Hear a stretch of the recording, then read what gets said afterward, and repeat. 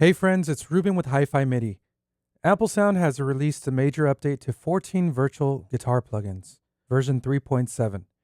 If you own any of their acoustic, electric, or metal series guitars, I highly recommend going to their website after this video, logging into your account, and downloading and installing this update, which is completely free. So what's new in this update? Riffer is now 100% compatible with standard MIDI. This means that what you program and hear in Riffer is exactly what you'll hear after you drag the MIDI into your DAW. Well, shouldn't it already do that? Ideally, yes, but Riffer is currently the most powerful guitar MIDI editing program on the market, using what amounts to 6 individual MIDI channels for playback. Converting that to one MIDI channel in your DAW has been a daunting technical challenge that Apple Sound has recently overcome, and the results are glorious. So what does that mean? You can now slide multiple notes at the same time and land on different intervals. Before, the results would cause the notes to slide in parallel. For example, I'm going to slide these two notes down to these ones. They're going to slide in parallel motion. So they start on the same place and end on the same place. If I drag this into my DAW, it's going to play back the same. Easy. However, in the previous engine, if one of these notes went a little further, it would play back within Riffer.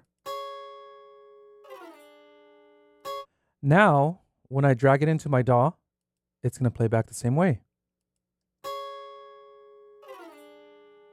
This is a wonderful thing.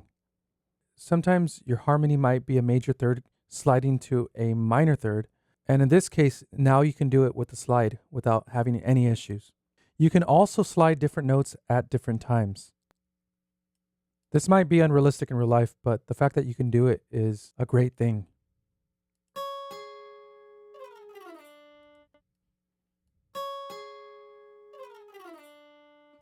No other guitar VI I've ever used can do this.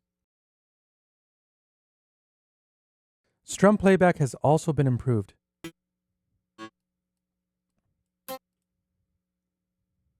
Now you can edit the velocity of individual notes within a chord within Riffer rather than doing it in your DAW.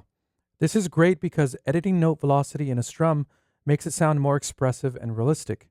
And now you can save those strum patterns within your plugin for later use. When converting a sequence to Riffer, rather than replacing whatever is in Riffer when you convert, it will be added to the next measure in Riffer. This is such a great way to start building songs. So here I'm going to start in A minor, and I'm going to use sequence number 1. Converting current pattern to riff will convert this sequence into a riff that I can edit.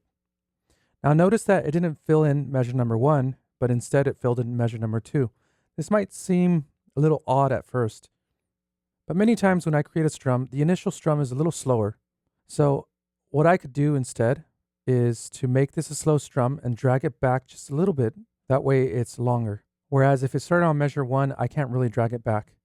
If I wanted another chord with the same strum sequence after this, I just go back, choose my next chord, and then convert once more. And it's going to add it to the next measure. In previous versions, it would just replace whatever was in Riffer. So this is a great upgrade. The Legato system has been improved overall, not just in Riffer. If you're a keyboardist, you'll notice how intuitive and responsive the playback is when you use your key switches to trigger legato slide or hammer-on pull-off.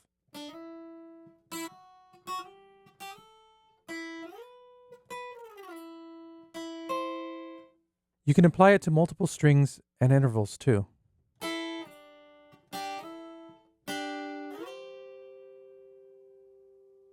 It just works really well.